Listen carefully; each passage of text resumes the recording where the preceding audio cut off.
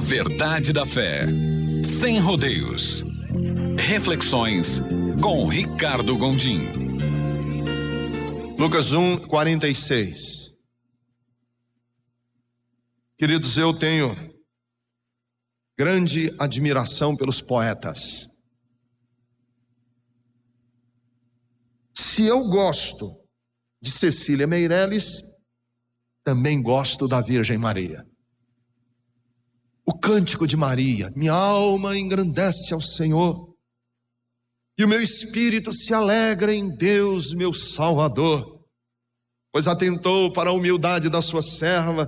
De agora em diante todas as gerações me chamarão de bem-aventurada, pois o poderoso fez grandes coisas em meu favor. Santo é o seu nome, santo é o seu nome. Vejamos algumas coisas interessantes desse poema de Maria. Primeiro, ele é um poema que há no poema reverência. Primeira coisa do poema que eu acho fantástico é que é um poema de adoração. E como elemento da adoração do poema existe reverência. Reverência.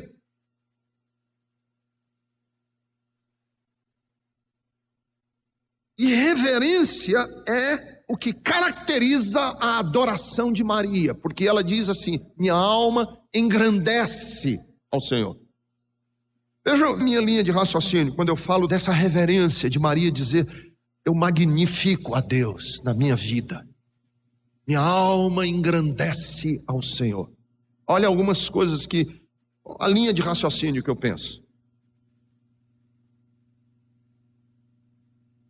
Nem todo cântico é uma adoração.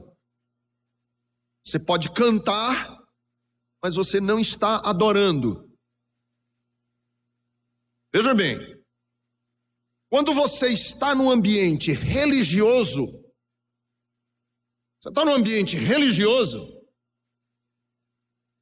cantar é normal, principalmente no ambiente religioso cristão, que se canta muito. Não importa se é católico ou evangélico, o cristianismo tem uma tradição de muito cântico, se canta muito.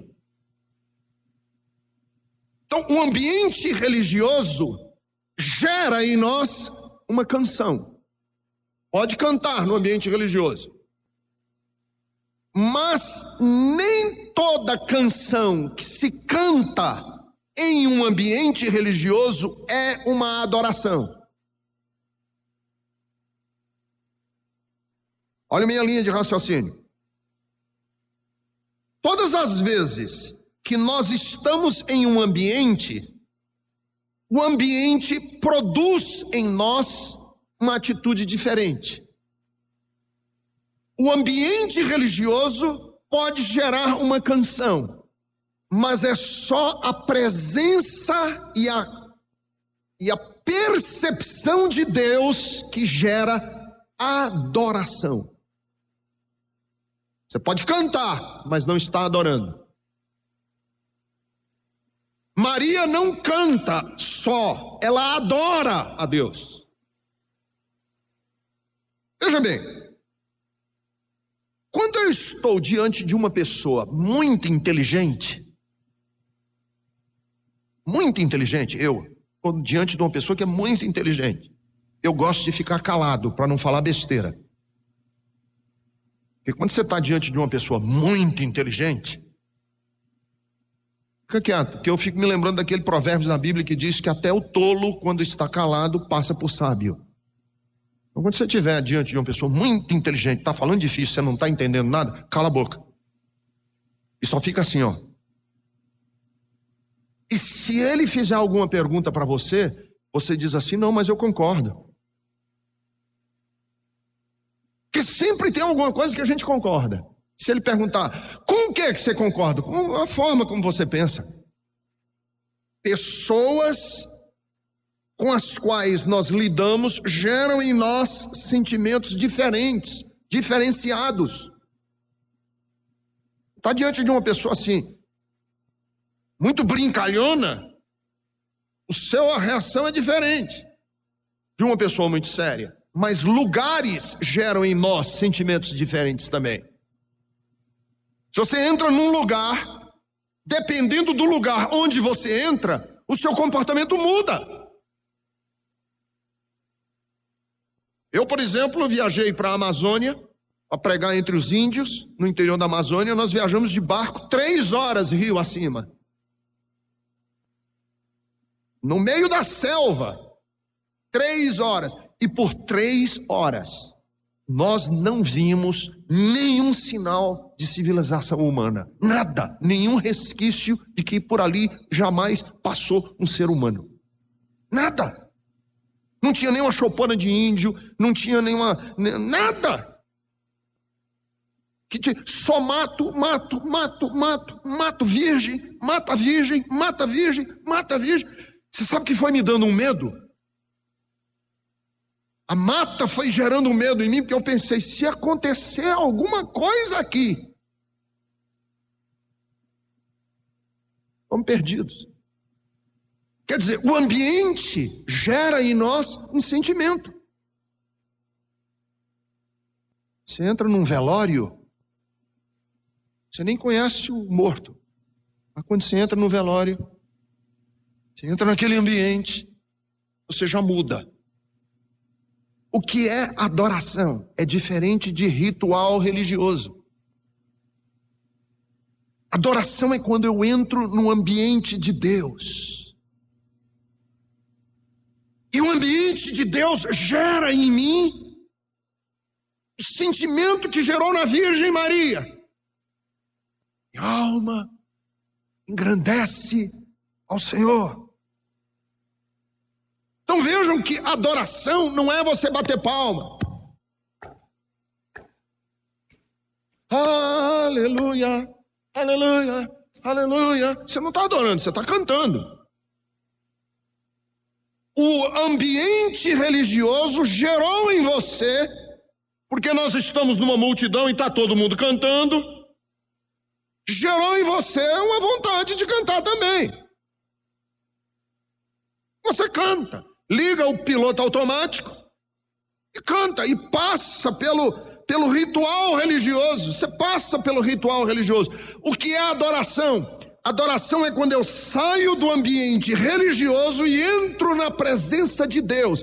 E quando eu tenho percepção de que estou na presença de Deus, o meu ser reage à presença de Deus. E como é que ele reage? Exaltando a Ele.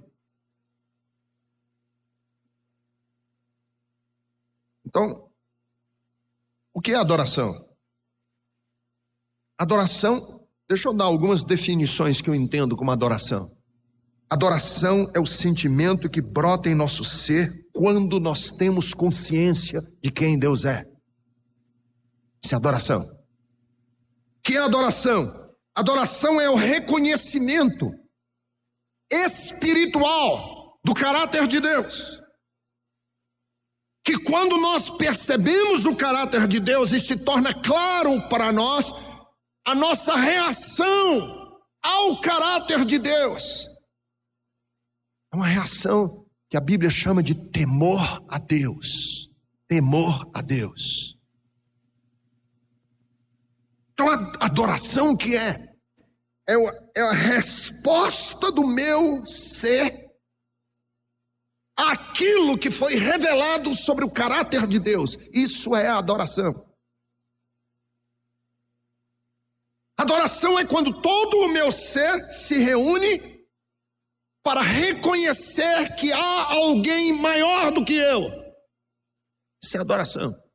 Por isso é que Maria diz: minha alma engrandece ao Senhor. O que é adoração? Adoração é a única ação que o mortal pode fazer quando ele se encontra na presença do Eterno. Adora a Deus. Por isso que na Bíblia, muitas pessoas que adoraram a Deus tiveram as reações, às vezes as mais... A reação do ser foi as mais surpreendentes. Alguns achavam que iam morrer, porque viram Deus. Meus olhos contemplaram o Senhor, eu vou morrer. Outros, quando viram a Deus, caíram como mortos aos seus pés. Quando contemplaram a glória de Deus, Isaías, quando contemplou a glória de Deus, lá no capítulo 6 do seu livro, ele disse: quando ele viu o Senhor alto, sobranceiro, as abas das suas vestes enchiam, havia fumaça, glória ao redor dele, ele disse: ai de mim que vou perecer.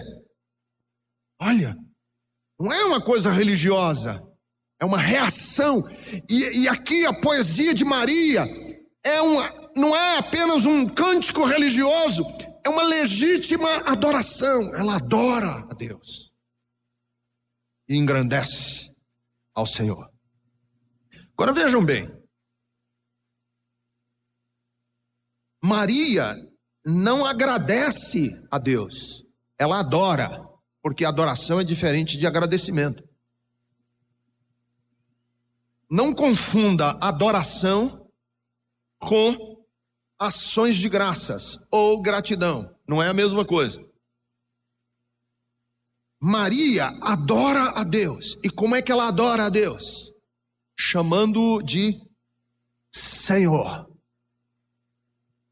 Minha alma engrandece quem? Ao Senhor.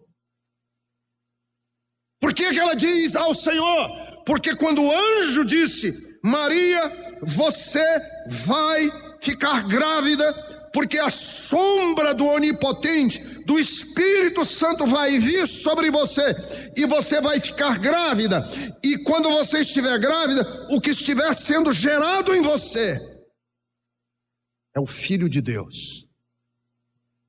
Sabe qual foi a reação de Maria quando o anjo disse isso para ela? Cumpra-se em mim, que sou escrava do Senhor. Escrava do Senhor. Ora, só é escravo quem tem um Senhor. A relação aqui é escravo-senhor. Ela é escrava, ele é senhor. Maria disse: minha alma engrandece ao Senhor. Isso aqui é a beleza da nossa relação com Deus. Que eu me coloco na posição de escravo, mas Ele olha para mim e não me vê como escravo. Ele olha para mim e me vê como filho amado, porque está escrito: Ele veio para os que eram seus, os seus não receberam, mas a todos quantos o receberam, deu-lhes o poder de serem chamados filhos de Deus. Então, na minha relação, por isso é que a adoração minha com Deus, que eu merecia ser escravo, mas Ele não me tem como escravo, Ele me tem como filho. Isso é lindo. Então, na minha relação com Deus, eu fico parecido com Maria, quando eu adoro de verdade. E adoração é quando a gente expressa para Deus com tudo que a gente tem. A minha alma engrandece ao Senhor. Não é uma reação religiosa, é uma reação ao ambiente divino, que o meu ser responde dizendo que Ele é o Senhor da minha vida. Mas é muito interessante, porque no cântico, nesse poema de Maria, não existe apenas reverência, existe também uma dimensão de alegria. Porque ela diz, quer dizer, a adoração que Maria faz, primeiro é reverente, depois ela coloca um elemento que é muito interessante, que é o elemento da alegria. E o meu espírito se alegra no meu Salvador, que é Deus. Meu espírito se alegra. Veja bem, quando ela entra na presença de Deus, qual é a primeira reação? É de reverência. Minha alma engrandece ao Senhor. Qual é a segunda reação? quando existe legítima adoração. Alegria. Vamos continuar com o meu raciocínio. Quando eu tenho consciência de algumas coisas, a minha consciência gera em mim certas reações. Quando eu tenho consciência de alguma coisa, a consciência que eu tenho gera em mim algum tipo de reação. Por exemplo, quando eu me conscientizo da minha mesquinhez, quando eu tenho consciência de que eu sou uma pessoa tão mesquinha, isso gera dentro de mim vergonha. Quando eu me conscientizo, tem coisas tão feias dentro de mim, tem coisa dentro de mim que eu não gostaria que ninguém um dia soubesse. Eu fico dizendo, meu Deus, se alguém descobrir que esse negócio está dentro de mim. Vocês sabem que nós temos uma reação, todos nós temos uma reação, que dizem que ela é da própria natureza animal que nós temos. E quando você vai no vaso sanitário e você faz o que você fez, é uma reação normal nossa, da nossa natureza animal, de você olhar o que você fez. Todo mundo olha. Às vezes eu olho e eu digo assim para mim mesmo, não é possível que toda essa sujeira estava dentro de mim. Você já teve essa reação? Nossa, como eu sou imundo por dentro. Isso tudo estava dentro de mim.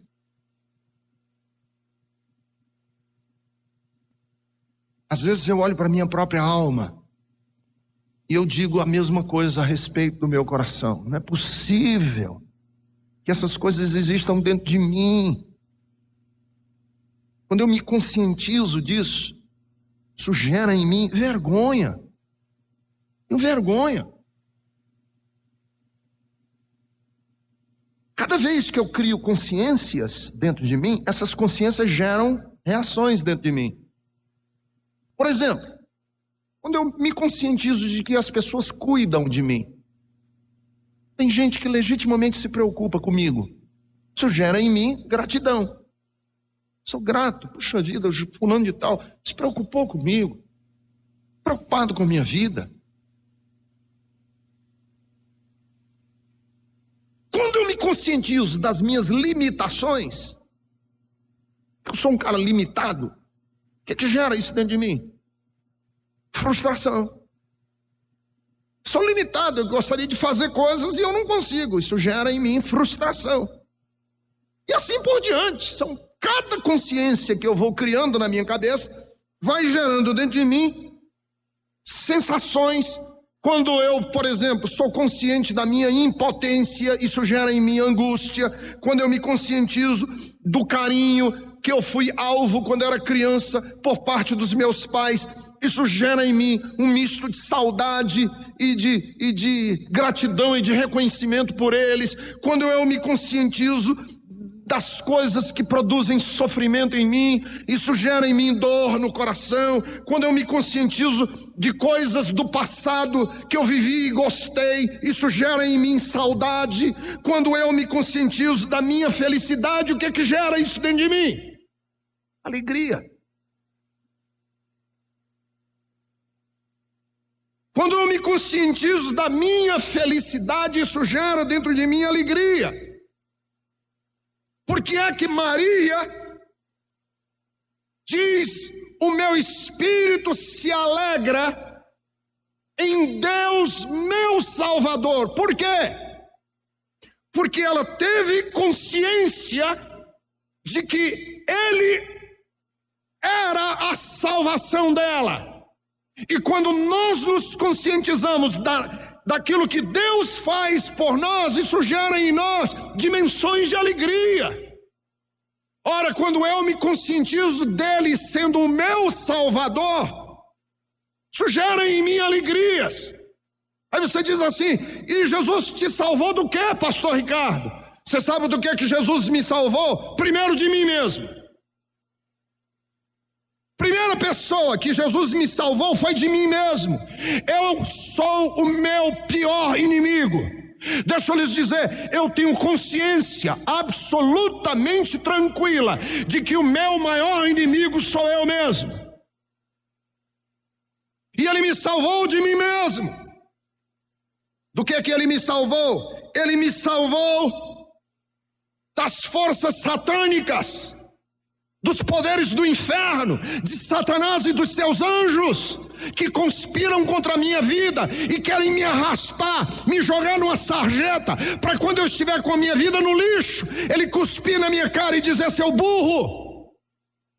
Ele me salvou dos poderes do inferno e da morte, e Ele me salvou do mundo. 3 dimensões: salvou de mim mesmo, me salvou do diabo e dos seus ardis, e me salvou do mundo com as suas forças opressoras, que conspiram contra a vida, que conspiram contra nós mesmos. Então Deus gera em nós alegria quando a gente se lembra do que Ele nos salvou. Então há uma dimensão no Evangelho que é a dimensão da alegria. E eu gosto sempre de dizer para as pessoas o seguinte: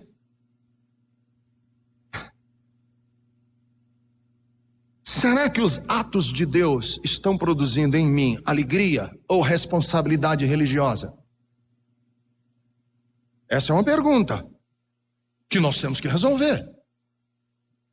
Os atos de Deus geram em mim alegria, ou os atos de Deus na minha vida geram em mim responsabilidade religiosa?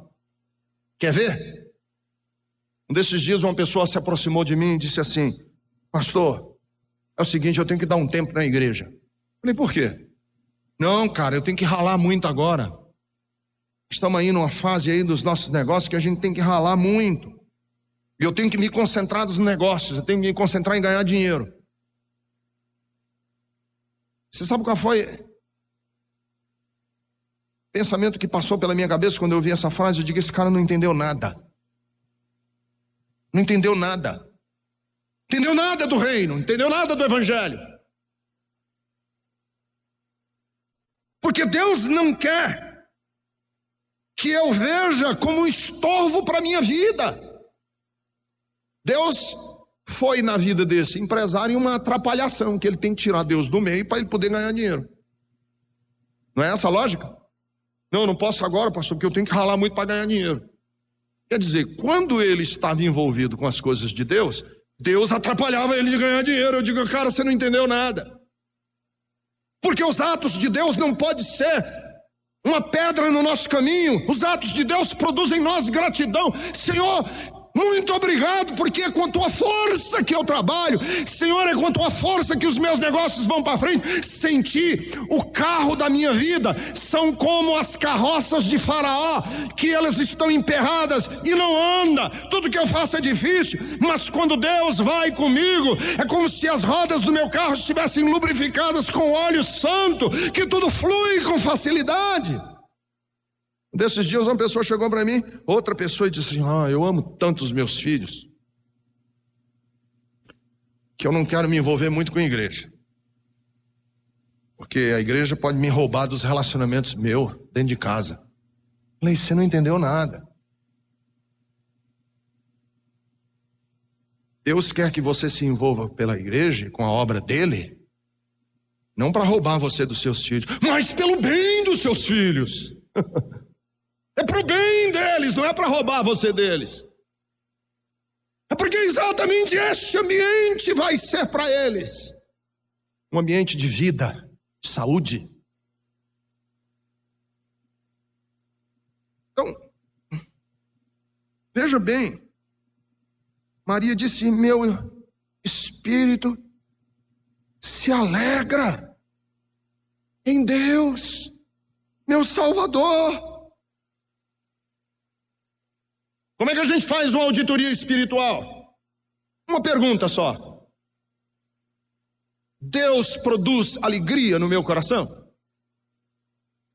Eu fico alegre? Os atos de Deus geram alegria em mim? A companhia de Deus me gera alegria. A palavra de Deus gera alegria. Os atos de Deus na minha vida geram alegria ou não? E para muita gente não gera nada. Deus e nada é a mesma coisa para você. Que é até pior do que gerar tristeza.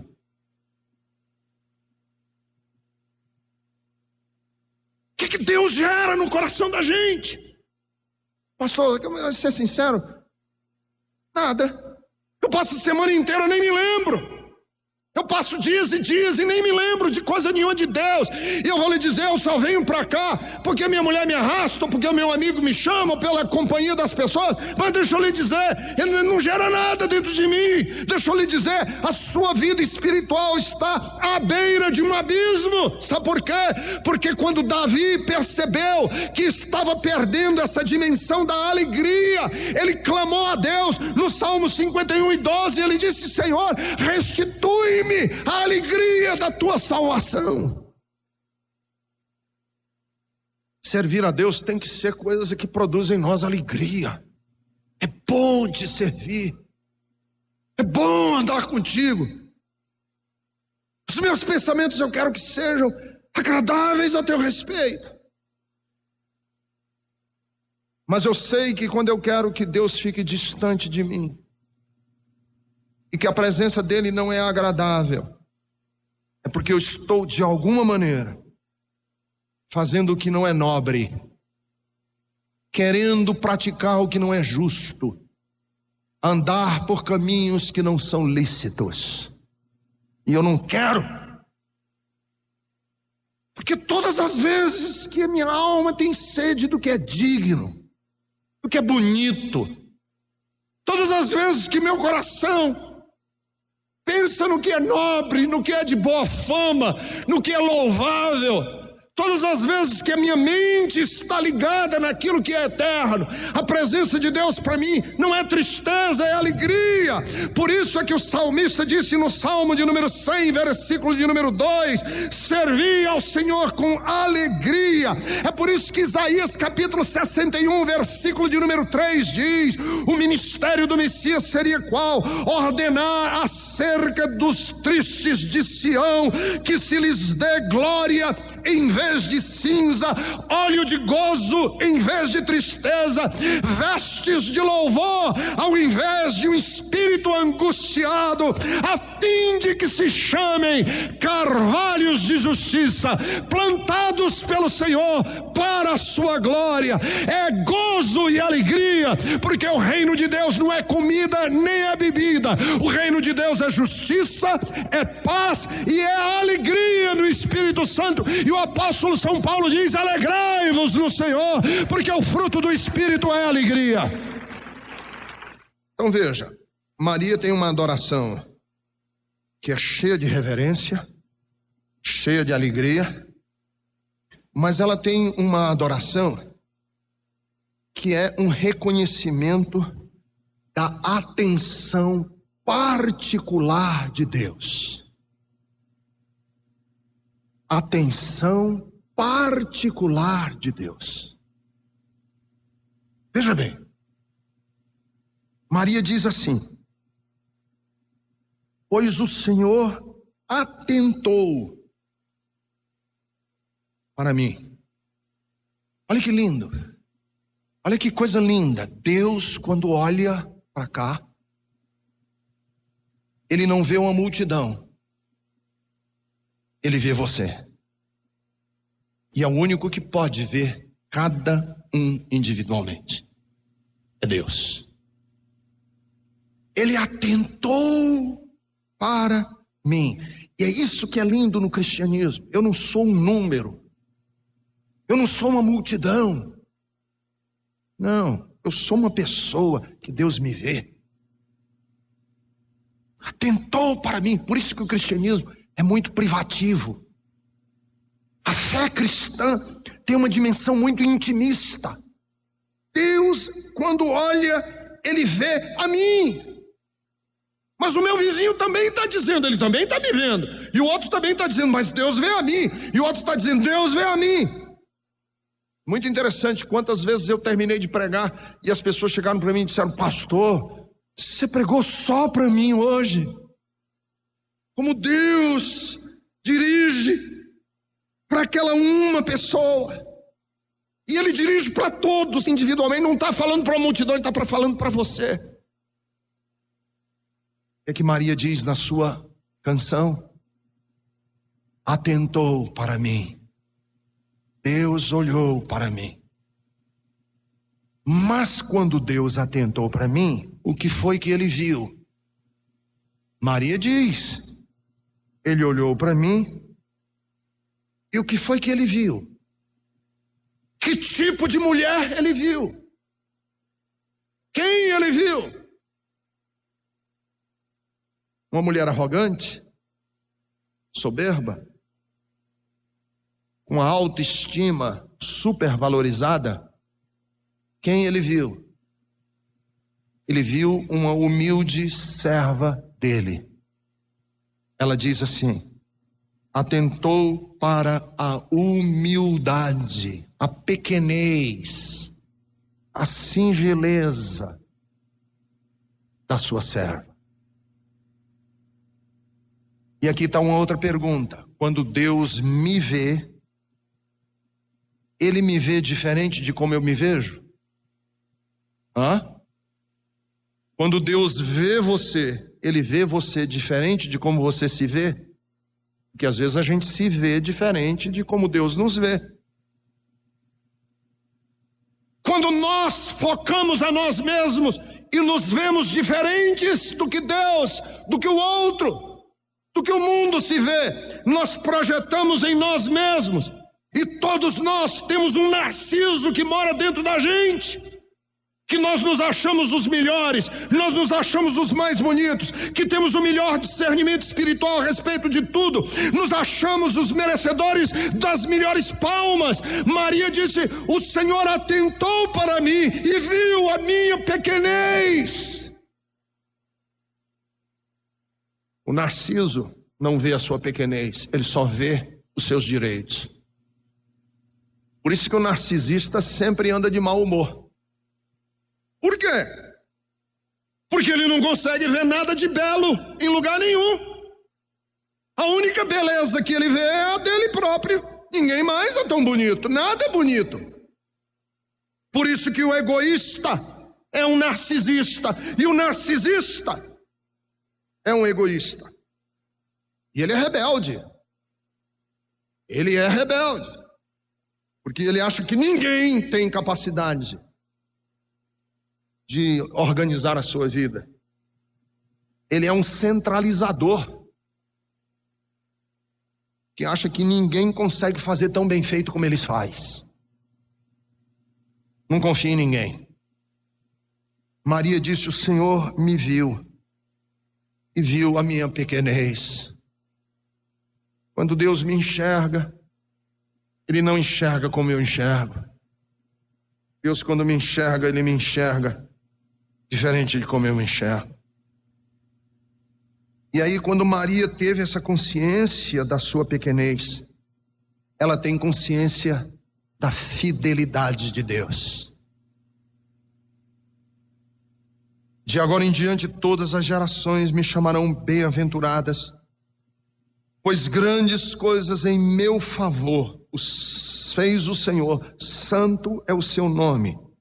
A sua misericórdia. Sabe o que é misericórdia? Vem de duas palavras latinas: miserere e cordis. Cordis é a palavra que dá raiz à palavra coração. Por isso é que quando você está com um problema de coração, você vai para o centro cardíaco. Cordis, coração. Miserere, miséria. Misericórdia é aquele que volta o coração para o miserável.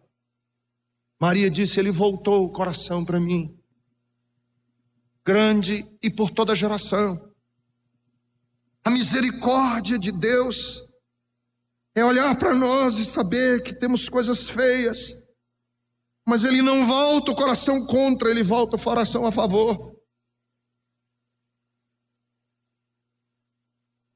Uma expressão que está muito em moda no mundo evangélico hoje é Deus é fiel.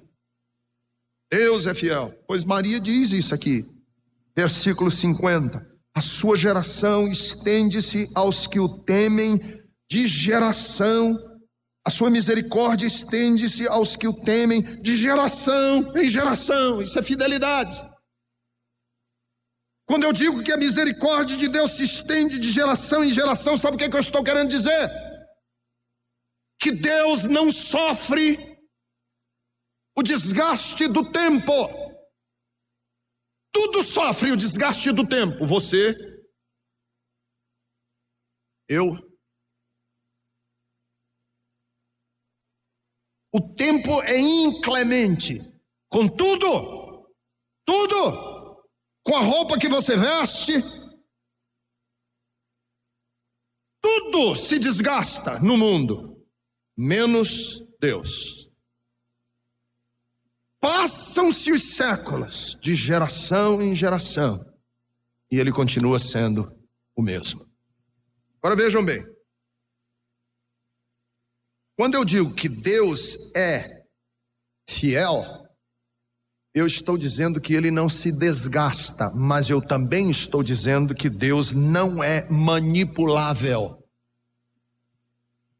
Deus não é manipulável. Ninguém manipula Deus. Ninguém. Tem um ditado popular que diz que todo homem tem um preço.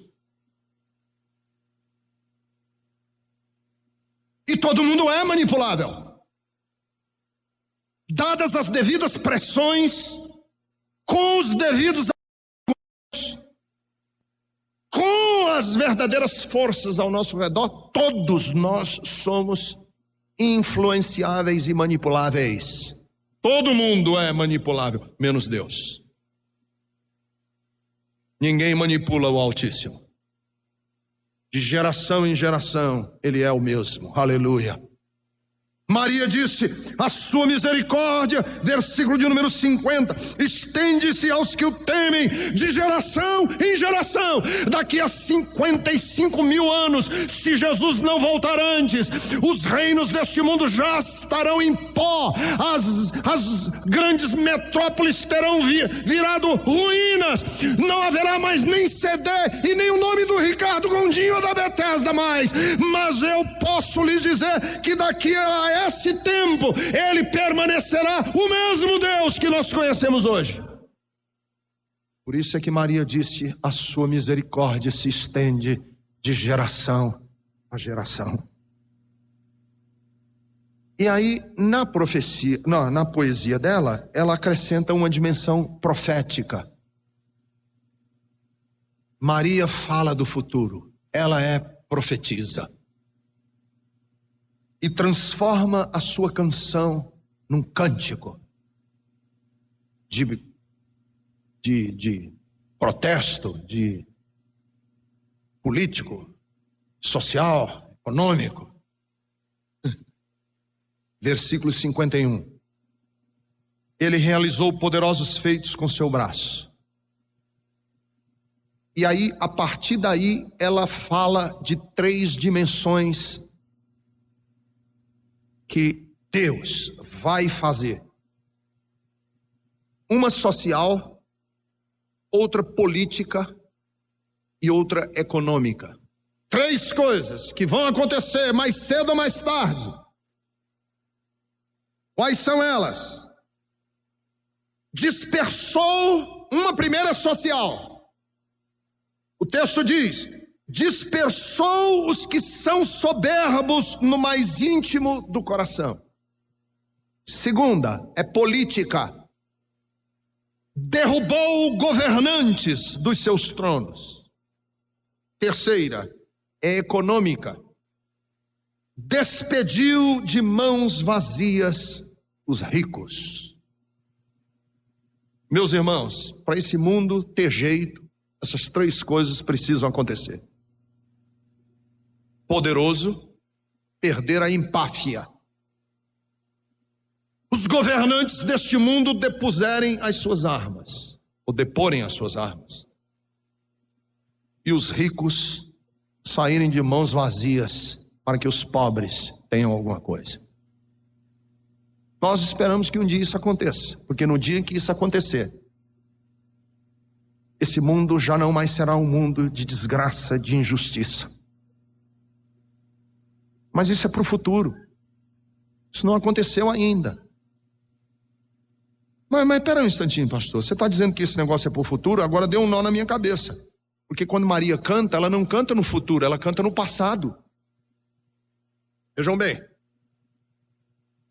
Os verbos são já acontecidos, porque este mundo é do Senhor. E Ele é quem tem a história na sua mão. E é por isso que nós estamos aqui, trabalhando, não para fazer com que você fique mais leve, levinho e mais gostosinho na sua caminhada, mas para dizer: Senhor, nós estamos arregaçando as mãos, para que a igreja seja já um sinal do que vai acontecer no futuro. E nós já estamos ensaiando o dia em que o soberbo vai perder a sua empáfia, a sua soberba, em que o rico vai ser despedido de mãos vazias e que os governantes deste mundo vão ter que abrir mão dos seus orçamentos de bilhões e bilhões e trilhões de dólares em armas e bombas para poderem encher o bolso, a bolsa, a casa do faminto que passa fome. Deus disse: eu vou fazer. E nós como igreja estamos esperando esse dia. E estamos dizendo para Jesus: Maranata, Maranata, Maranata. Por quê? Porque Maria cantou um dia dizendo: o Senhor vai fazer. E está feito. Ele já fez. Ele derrubou. Ele despediu. Ele construiu. E Ele fez. Então a continuidade da misericórdia de Deus que foi prometida a Abraão se cumpre em Jesus. Vocês se lembram? E quando Abraão ia sacrificar o seu filho Isaque, Isaque disse: papai, onde está o cordeiro para o sacrifício? E Abraão disse: meu filho, Deus proverá para si o cordeiro. Maria diz no final do seu cântico: ajudou o seu servo Israel, lembrando-se da sua misericórdia para com Abraão. Aquilo que Deus prometeu a Abraão, passaram-se séculos, séculos, séculos, séculos, mas agora se cumpriu. Deus enviou o seu filho, e ele, o filho dele, é quem tem a história nas mãos, e Ele é quem governa, e Ele é quem rei, e Ele é quem é Senhor.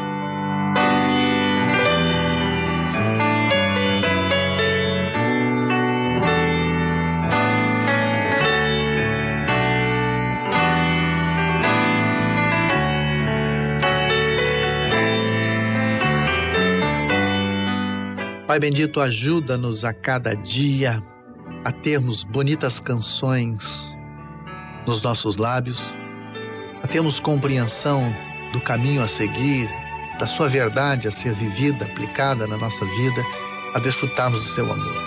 E hoje, Senhor, quero pedir ainda a bênção sobre as mães. Mães cujo coração estão sofridos, doídos a respeito dos seus filhos. Há mães, Senhor, que estão distantes dos seus filhos, há filhos distantes das suas mães. Eu quero pedir e rogar a sua bênção, a sua graça, a sua paz, o seu amor, a sua bondade, e que possam, Senhor, ser acolhidas por Ti. Mães que perderam seus filhos, isto é uma tragédia indescritível, mas o Senhor pode banhá-las agora com o seu amor. Mães que têm os seus filhos presos, não desejavam nada disso para os seus filhos, e agora estão lidando com essa situação. Mães que têm chorado diariamente pelos seus filhos. O Senhor é o Consolador por meio do seu Santo Espírito. Ajuda-as, Senhor, e sejam elas cada vez mais instrumentos do seu amor, para que ganhem os seus filhos, para que assim seus filhos aprendam o que é o amor. Eu rogo a Ti em nome de Jesus. Amém.